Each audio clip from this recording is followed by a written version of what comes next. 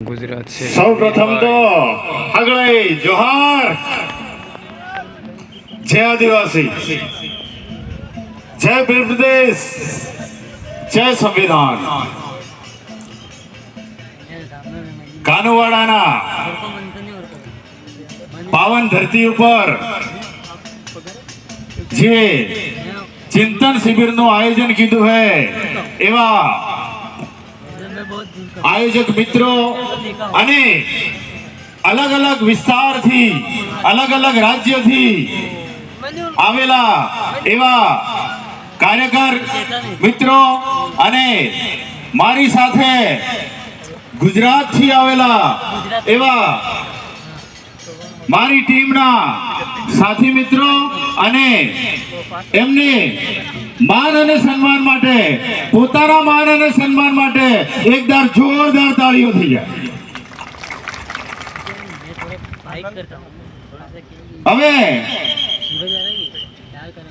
ભીલી ભાષામાં બોલો હો, ખબર પડે હે કે નહીં ખબર પડતો કે તી ઓગળી ઉસી કરજો પાછા, એ પર્સનલી સમજાવવામાં આવે। તો અમારો વિષય એક જ है છેલ્લા 7-8 વર્ષથી, અને એના ઉપર જ અમે કામ કરી રહ્યા હો।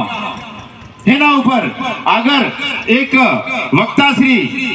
વડીલશ્રી કહી ગયા મુખી હતા કે ગ્રામ સભા તમામ સમસ્યાનું સમાધાન ગ્રામ સભામાં, તમામ સમસ્યાનું સમાધાન સંવિધાનમાં है। એ વસ્તુ આપણે સમજવી પડે અને જાણવી પડે। ત્યારે જી કઈ દિલ્હીમાં આए અને આપણા પાટનગરમાં બેહલા है ती डर है, कारण के संविधान आज संविधान ની જાગૃતિ કરતા કરતા ગ્રામ સભા હું હે એક આર્ટિકલ હોસી અને જ્યારે અધિકારીઓ હાથે વાત કરવાનું થાય તણ્યવાળા કતરું પણ જ્ઞાન કતરું જોણ્યું ખબર નહીં, પણ એવા હાલની અંદર સંવિધાન બુક લાવીને વસવા માટે મજબૂર કરી દીધા ચાલુ નોકરી વાળા પણ, કારણ કે વોચ્યું નહીં હું નહીં કીધું ખબર નહીં। પણ આજ અમે વધારે વાત નહીં કરતા, પણ આર્ટિકલ 12 થી માંડી અને આર્ટિકલ 35 સુધી મૂળભૂત અધિકારો જો આપણે જાણતા હે તો આપણે તમામ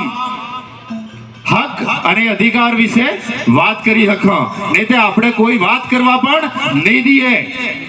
અને એ જ વસ્તુ હે આપણને જો આ દેશના મૂળ માલિક, મૂળ માટી અને અણા દેશના આદિવાસી તરીકે સાબિત કરે તે ફક્ત ને ફક્ત 2 આર્ટિકલ હે, આર્ટિકલ 12 અને આર્ટિકલ 13। એમને બહુ જ ઊંડાણપૂર્વક સમજવું પડે,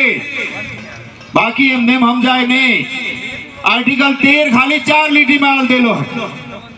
आर्टिकल 13(3) का रूढ़ी प्रथा अतरो शब्द हाल दीधो એટલે ग्राम सभा समझाई जाए वे नहीं। આપણે પુરખોથી વ્યવસ્થા હું હતી, આપણે બાપ દાદાને હું વ્યવસ્થા હતી તી સમજવી પડે। એક સમય હતો આપણા બાપ દાદા એ સમયની અંદર આપણે મુખી વ્યવસ્થા કરતા હતા અને ગામની અંદર એ લોકોની વ્યવસ્થા ચલાવતા હતા। એ વખતે કોઈ પણ અધિકારી ગામની અંદર એન્ટ્રી મારતા પહેલા મુખીની પરમિશન લીધો હતો। આજ ગમે તણ્યવાળા આવી જતો રહે, કોઈ મુખી નહીં, કારણ કે આપણે આપણી વ્યવસ્થા હાસવતી જ નહીં। આપણે બીજીની વ્યવસ્થા લઈને જ્યાં તે પછી માર નહીં પડે તો થાય, મારું જ પડવાનો। એટલે તમામ જૂના મહાપુરુષો મિલ્યા હે, આણંદ એકવાર ફોટા જોઈ લ્યો અને મહાપુરુષો જી હે। આણંદની લડાઈ હું હતી, જળ જંગલ જમીન બસાવડાની લડાઈ थी। आज આપણે લડાઈ की है धार्मिक राजनीतिक अलग अलग आ लड़ाई लड़ी रही हाँ આપણે તો પછી માર ખાવાના અને કોઈ દાડો સોલ્યુશન નહીં આવે। જેરે ગામે ગામ આપણી ગ્રામ સભાને મજબૂત કરાત રહે। 2019 થી લઈને મારી ટીમ દુનિયા वो है બેલી है, પૂછી લીજો आज 150 થી વધારે ગ્રામ સભા ગુજરાતમાં કરી બેઠો અને ઘણા ગામોની અંદર પોલીસ પ્રશાસન, સરકારી અધિકારી પ્રશાસન અમે એન્ટર કરતા પણ બંધ કરી દીધા है। જેમ કે સૌથી વધારે મેટર પોલીસ,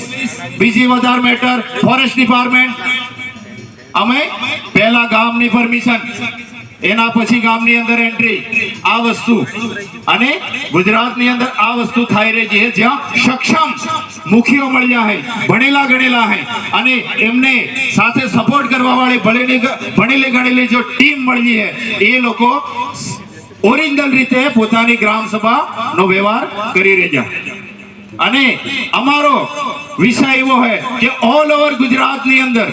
અંબાજી થી ઉમરગામ 14 જિલ્લાની અંદર આવનાર સમયની અંદર આવનાર એકાદ બે વર્ષની અંદર 14 જિલ્લાની અંદર એક જિલ્લાની અંદર 500 ગ્રામ સભા તમે જોવા મળે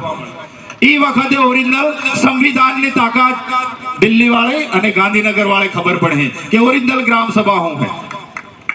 બરાબર આ પ્રમાણે આપણે કામ કરવું પડે એના માટે વધારે વાત નહીં કરતા આર્ટિકલ 12 અને આર્ટિકલ 13 એને સમજો ડીપમાં બહુ જ અઘરો વિષય है બરાબર જી કઈ તજજ્ઞ મિત્રો હે જાણકાર મિત્રો હે તણા પાસે બી અને યુટ્યુબ માથે પણ સર્ચ મારો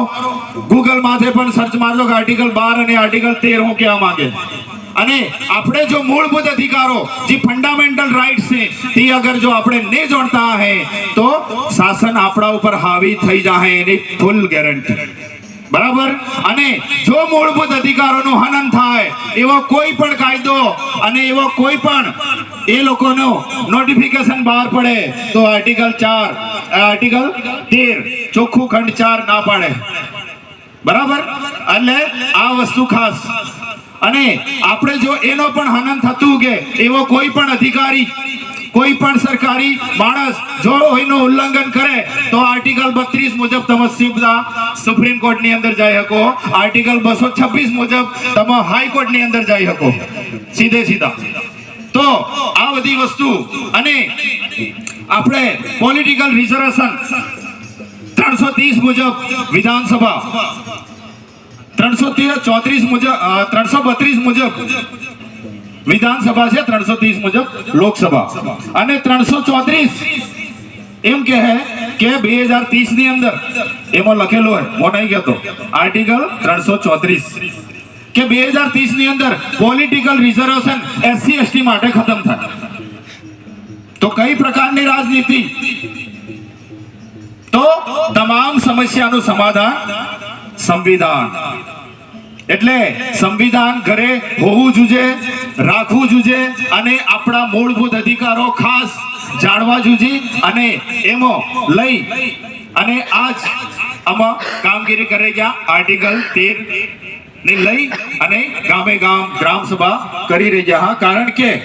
આજ એક પાવર है જે આપણો જળ જંગલ જમીન બસાવ है આપણને બચાવ है આપણને આદિવાસી તરીકે સાબિત કરે કારણ કે સંવિધાનની અંદર આપણે શેડ્યુલ ટ્રાઇબ હા એસટી હા